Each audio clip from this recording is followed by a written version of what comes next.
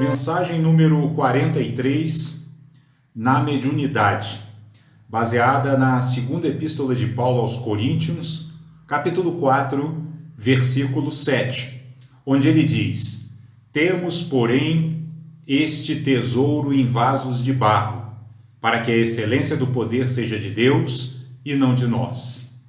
E Emmanuel comenta: utilizando as faculdades mediúnicas de que foste dotado, não ouvides que funcionas à guisa de refletor, cujo material de estrutura nada tem de comum com a luz que retrata. O espelho, seja de metal ou de vidro, detém os raios solares sem comungar-lhes a natureza, e o fio simples transmite o remoinho eletrônico sem partilhar-lhe o poder. Entretanto, se o espelho jaz limpo, consegue reter a bênção da claridade, e se o fio obedece à inteligência que o norteia, converte-se em portador da energia. Assim também é a mediunidade, pela qual, sem maior obstáculo, te eriges em mensageiro de instrução e refazimento, esperança e consolo. Através dela, recolhes o influxo da esfera superior, sem compartilhar-lhe a grandeza, mas se guardas contigo humildade e correção, converter-te-ás no instrumento ao socorro moral de muitos. Todavia, assim como às vezes o espelho se turva e o fio se rompe, exigindo reajustamentos, também a força mediúnica em tua alma é suscetível de rupturas diversas, reclamando trabalho restaurativo. Não te afastas assim ao desânimo ou à negação, se essa ou aquela dificuldade aparece na obra do intercâmbio. O erro do clima da sinceridade é sempre lição. Afervora-te no trabalho do bem e recolhe-te à humildade do aprendiz atencioso e vigilante, gastando severidade contigo e benevolência para com os outros. Porque qualquer dom da luz divina na obscuridade do ser humano, qual se expressa na conceituação apostólica, é um tesouro em vaso de barro para que a excelência do poder seja de Deus e não de nós.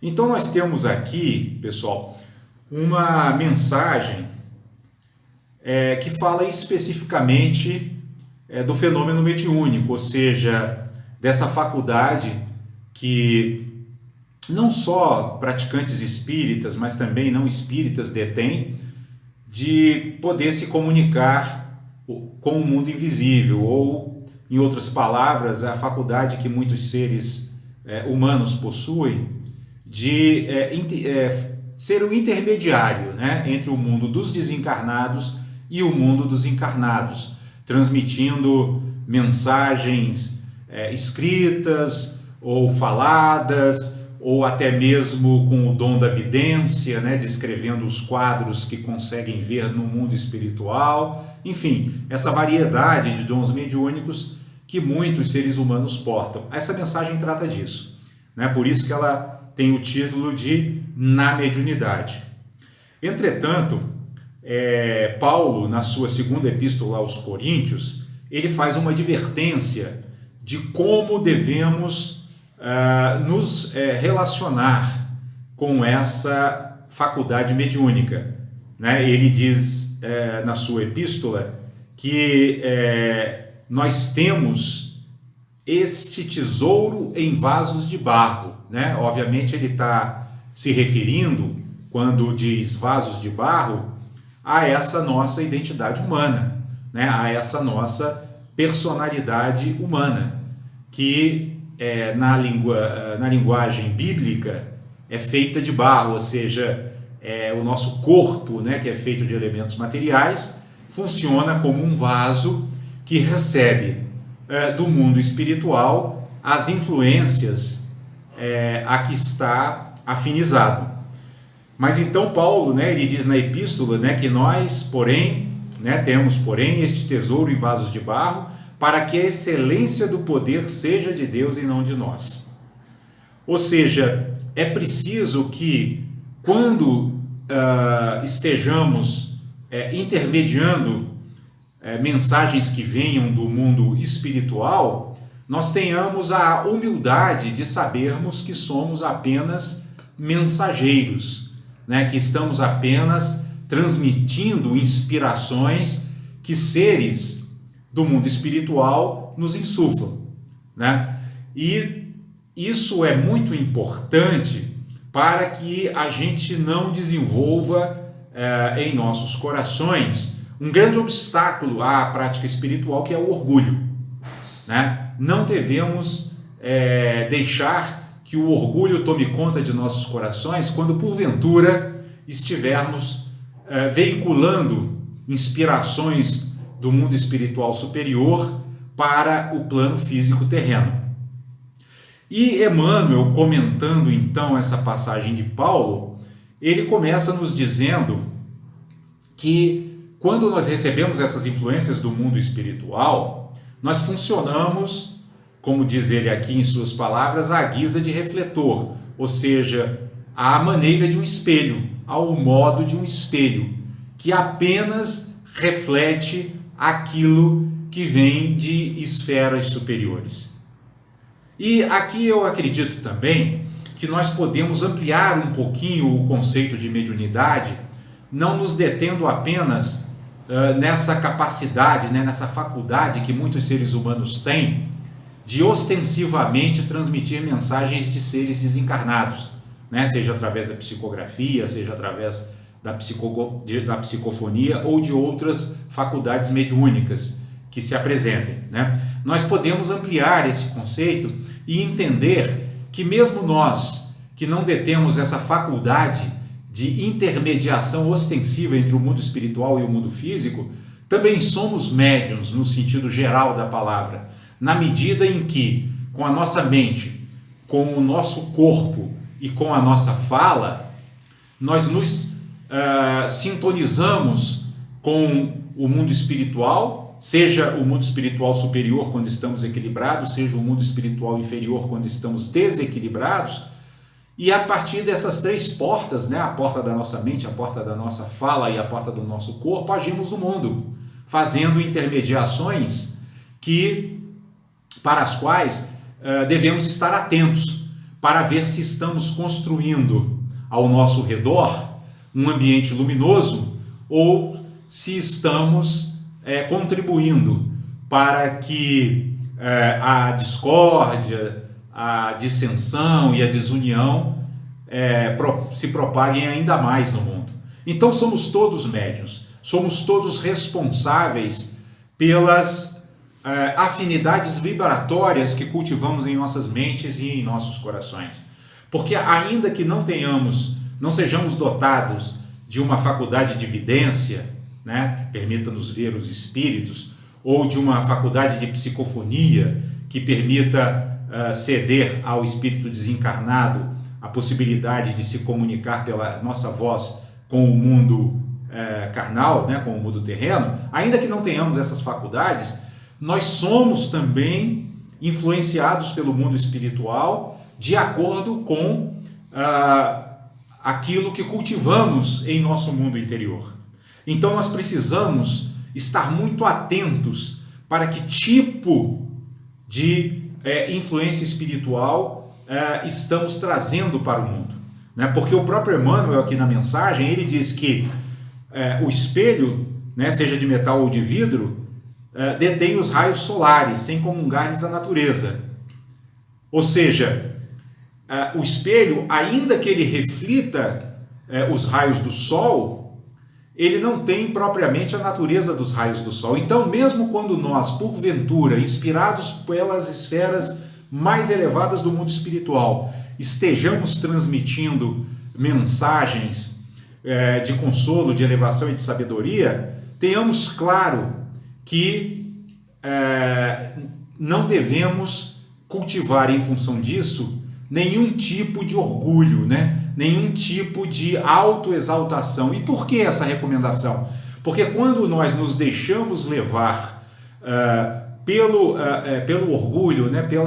Pelo excesso de autointeresse em se promover, usando os dons que, sejam eles mediúnicos ou outros, né, que tenhamos, nós acabamos fortalecendo o ego, né? Acabamos fortalecendo essa nossa vulnerabilidade à necessidade de elogios, né? À necessidade de reconhecimento e a nossa aversão à crítica, né? E a tudo aquilo que possa, de alguma forma, não nos engrandecer, né? Então nós temos que ter sempre muito esse cuidado, né? Nós somos meros veículos, né? Vejam vocês que o próprio Jesus, né? Um ser iluminado, um ser preenchido pela plenitude da sabedoria, disse em uma de suas mais famosas afirmações que as obras que ele fazia não era ele que fazia, era o Pai nele que as fazia. Ou seja, ele era um intermediário, vamos dizer assim, de Deus, né? Desse poder divino, né? Desse reino divino que ele dizia e sempre ressaltava que habita dentro de nós.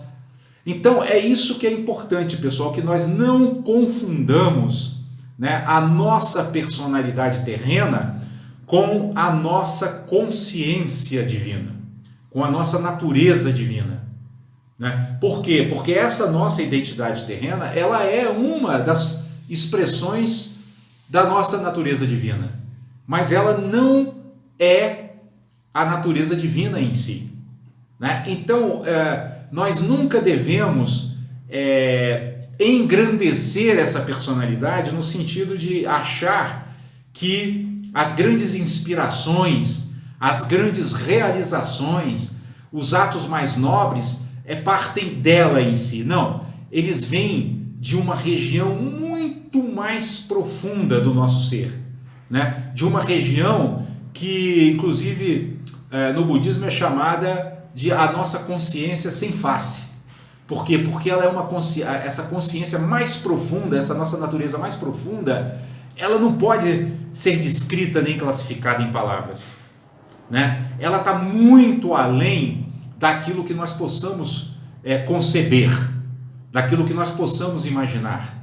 Então tudo que nós imaginarmos, tudo que nós concebermos, tudo que nós percebermos com os nossos sentidos, ou que pudermos de alguma forma conceber com a nossa mente, são apenas expressões transitórias dessa natureza mais profunda, que é uma natureza eterna, que é uma natureza não nascida, que é uma natureza que não nasce nem morre. Então, não nos apegarmos à nossa identidade terrena, a esse nosso pequeno eu, é um ato de sabedoria que está sendo aqui ressaltado de maneira bem clara e direta pela mensagem do apóstolo Paulo em sua epístola aos Coríntios, como também pelos comentários de Emmanuel. Porque Emmanuel, inclusive, diz que é através dessa nossa capacidade de veicular aquilo que promana ou das regiões espirituais mais elevadas, ou dessa nossa consciência mais profunda, que nós recolhemos o influxo da esfera superior sem compartilhar-lhe a grandeza. É interessante isso, né?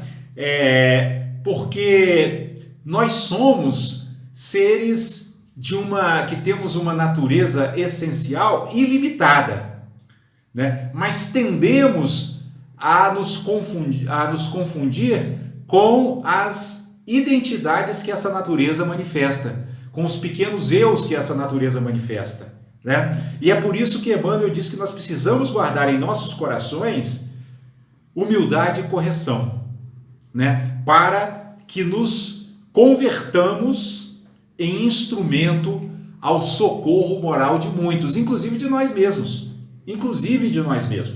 Porque na medida em que nós abrimos mão de nos vangloriarmos dos nossos feitos, né, dos nossos supostos feitos, de nos vangloriarmos das nossas falas, das nossas ações, nós deveríamos, na verdade, nos colocarmos como meros veículos de algo que vai muito além dessa nossa pequena e estreita personalidade humana, né? Então, o que Emmanuel nos alerta aqui é para que não deixemos que nossas mentes e nossos corações se turvem por um orgulho desmedido. Que nossas mentes e nossos corações comecem a se deixar, né, levar por uma visão que não reconhece a sua conexão com algo que vai muito além dos horizontes desse ego que aqui e agora se manifesta, né? Então, tudo isso, se nós soubermos praticar, se nós soubermos ser médiums daquilo que há de mais profundo em nós, nós estaremos conseguindo realizar um trabalho restaurativo que vai nos manter de ânimo firme, que vai nos manter perseverantes nessa caminhada espiritual que nos conduzirá à felicidade genuína e à paz imperturbável.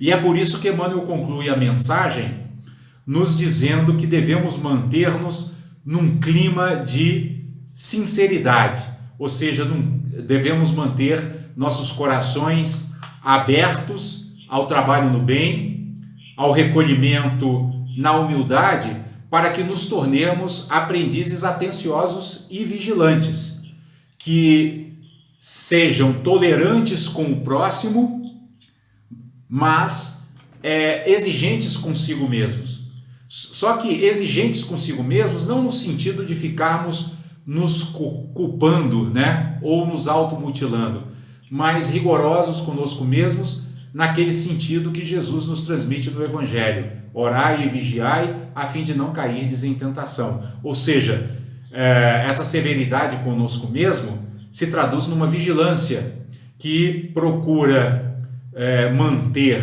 as portas da nossa mente e do nosso coração guardadas das emoções perturbadoras, protegidas das emoções perturbadoras e dos pensamentos negativos, né? Saibamos ser esse vaso de barro que Paulo menciona em sua segunda epístola aos Coríntios, para que possamos ser veículos que tragam para a terra, para o plano físico, a excelência do poder de Deus, a excelência da luz que se compadece, da luz que se manifesta como bondade amorosa, da luz que se alegra não só com o avanço próprio, mas também com o avanço de todos aqueles seres que nos rodeiam e que possam ser influenciados pela chama do nosso ardor em seguir caminhando em direção à felicidade genuína.